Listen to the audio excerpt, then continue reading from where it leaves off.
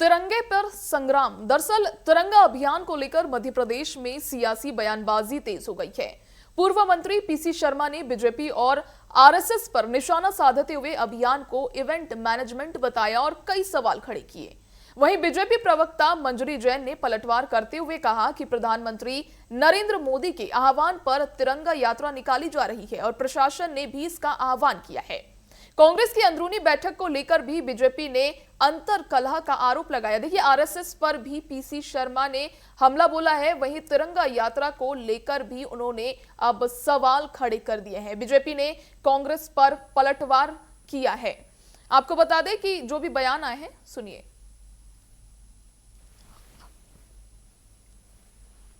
जब तिरंगा लेके महात्मा गांधी, बाबा साहब अम्बेडकर, पंडित नेहरू के नेतृत्व में लोग जान दे रहे थे, वंदे मातरम कर रहे थे, भारत माता की जय बोल, तब तो ये साथ दिया नहीं।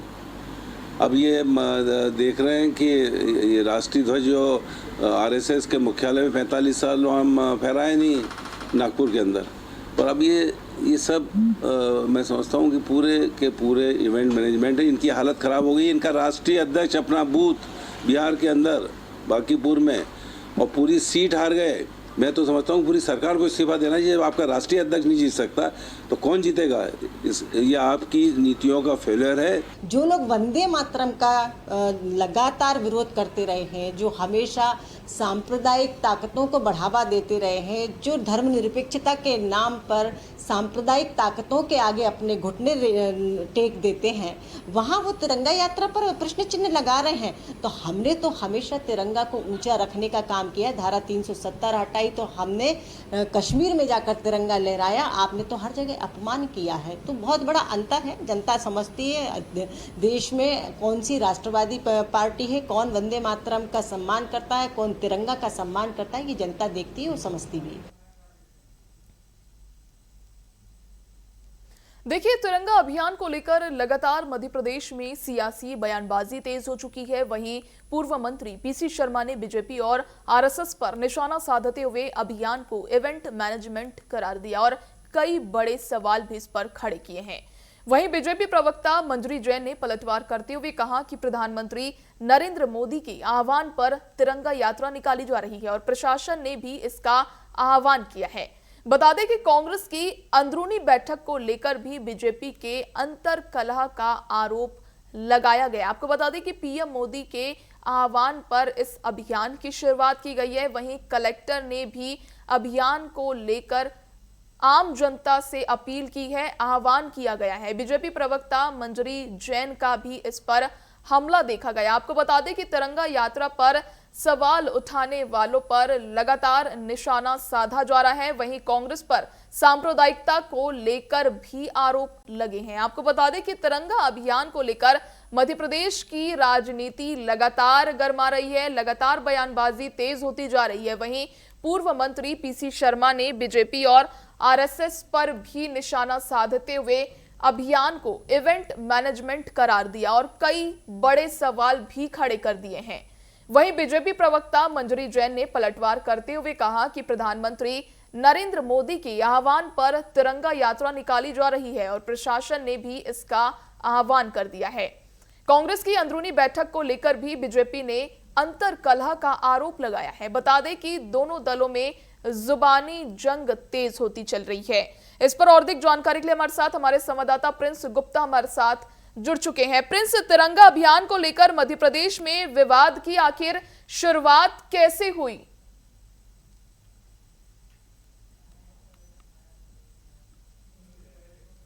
मंत्री भी रहे हैं कांग्रेस सरकार के और अभी वरिष्ठ नेता हैं कांग्रेस के। निश्चित ही तिरंगा यात्रा को लेकर कहीं ना कहीं राजनीति गर्मा रही है। उन्होंने बयान दिया है कि तिरंगा यात्रा सिर्फ एक इवेंट मैनेजमेंट के तौर पर है, जिसको प्रधानमंत्री ने आह्वान किया है और इसको आरएसएस ने कभी नहीं अपनाया। 35 साल तक आरएसएस ने राष्ट्रीय ध्वज नहीं फहराया। तो निश्चित ही कहीं ना कहीं इससे राजनीति गर्म हो गई है। भाजपा ने भी पलटवार किया और उन्होंने कहा कि तिरंगा यात्रा प्रधानमंत्री का आह्वान है, देश भर में तिरंगा यात्रा निकाली जाए और इसका मोटिव है कि आपस में भाईचारा बढ़ाना, आपस में देश की एकता अखंडता को एक करना और लोगों को और देश प्रेम के प्रति और कहें कि हम तिरंगे के प्रति एक सम्मान का भाव प्रकट करना। तो निश्चित तौर पर कहीं ना कहीं तिरंगा और तिरंगा यात्रा को लेकर राजनीति मध्य प्रदेश में गर्म है। पीसी शर्मा पूर्व मंत्री का ये बयान कहीं ना कहीं सुर्खियों में है और उन्होंने कहा राजनीति करती है सिर्फ बीजेपी और सिर्फ इवेंट मैनेजमेंट करती है इस यात्रा के जरिए और उसमें कहीं तिरंगा के प्रति कोई भाव नहीं है। और निश्चित तौर पर कहीं ना कहीं जब ये सवाल ये जवाब आया, ये कहीं ना कहीं एक सवालिया निशान खड़ा करता है कांग्रेस के जो नेता हैं उन पर कि भारत में रहते हैं तो कहीं ना कहीं भारत की संप्रभुता और अखंडता को ध्यान में रखना चाहिए, बीजेपी का कहना है, और देश के प्रति प्रेम रखना चाहिए। और यही मकसद है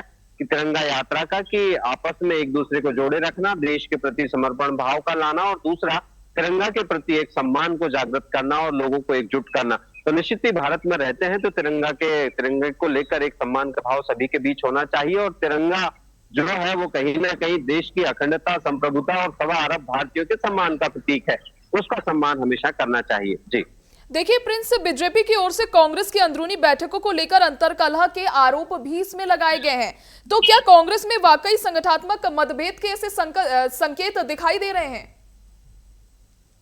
तो देखिए, राजनीतिक दलों में बैठकों का दौर अमूमन चलता है और उसमें कहीं ना कहीं तमाम चीजें मंथन होता है और तमाम चीजें होती है। जो कांग्रेस विपक्षी दल है तो उसमें भी बैठकों का दौर लगातार चलता रहा है और कहीं ना कहीं वहां पे मंथन भी करते रहते हैं, अपने संगठन को मजबूत करने की कवायद भी करते रहते हैं।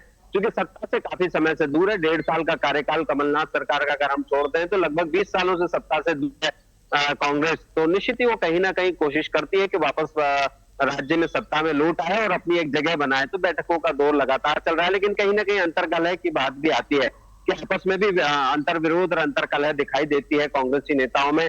ये हमेशा हमें देखने को मिलता है, तो उसको लेकर भी कहीं ना कहीं सवाल खड़े करती है भाजपा के। अंतर्कलह से निपट ले उसके बाद कहीं ना कहीं राज्य में सत्ता में आने की सोचे, तो निश्चित ही कहीं ना कहीं अंतर्कलह की बात आती रही है, लेकिन कांग्रेस उसका जवाब देती है कि कोई अंतर्कलह नहीं है, बैठकें होती है, बात रखने का आपको सबको अपना अधिकार होता है, तो सिर्फ बात रखी जा रही है, ना कि कोई अंतर्कलह जैसी बात है। लेकिन भाजपा लगातार इस बात को लेकर भी कांग्रेस को निशाने पर लेती रही है कि कांग्रेस अंतर्कलह से जूझ रही है, उसके बाद अंतर्कलह से निपट ले और उसके बाद फिर कहीं सत्ता में आए और अपने संगठन को मजबूत करे। जी देखिए प्रिंस, लगातार हम देखते आते हैं कि तिरंगा अभियान को लेकर लगातार पक्ष विपक्ष आमने सामने रहता है, इस पर बयानबाजी तेज होती जाती है।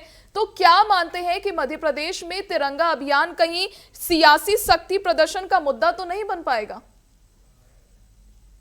देखिए, मैं आपको बताऊं कि तिरंगा शक्ति प्रदर्शन का कोई माध्यम नहीं हो सकता। तिरंगा देश की अस्मिता, संप्रभुता और एकजुटता का माध्यम है। और कोई भी दल हो, किसी भी तरह प्रकार का दल हो, कोई भी संगठन हो, तिरंगा 1.25 अरब भारतीयों के सम्मान का प्रतीक है और हर एक भारतीय को तिरंगा लहराने का अपने घर पर अपने सम्मान के साथ सभी जगहों पर अधिकार है, मौलिक अधिकार है। तो जब भारतीय को मौलिक अधिकार है तिरंगा लहराने का, तिरंगा फहराने का, तिरंगे का सम्मान करने का, तो इसमें कहीं कोई ऐसा नहीं है कि राजनीतिक लाभ लिया जाए। लेकिन पार्टियां निश्चित तौर पर कहीं ना कहीं, कोई भी दल हो, तिरंगे के लिहाज पर कहीं ना कहीं अपने आप को, अपने कार्यकर्ताओं को एकजुट करने का प्रयास करती है और अपना एक सकारात्मक संदेश देने की कोशिश करती है कि देखिए, देश में हम एकजुटता की बात करते हैं, तिरंगे का सम्मान करते हैं और उसके जरिए तमाम रैलियां, तमाम तरह की चीजें ऐसी भी होती है।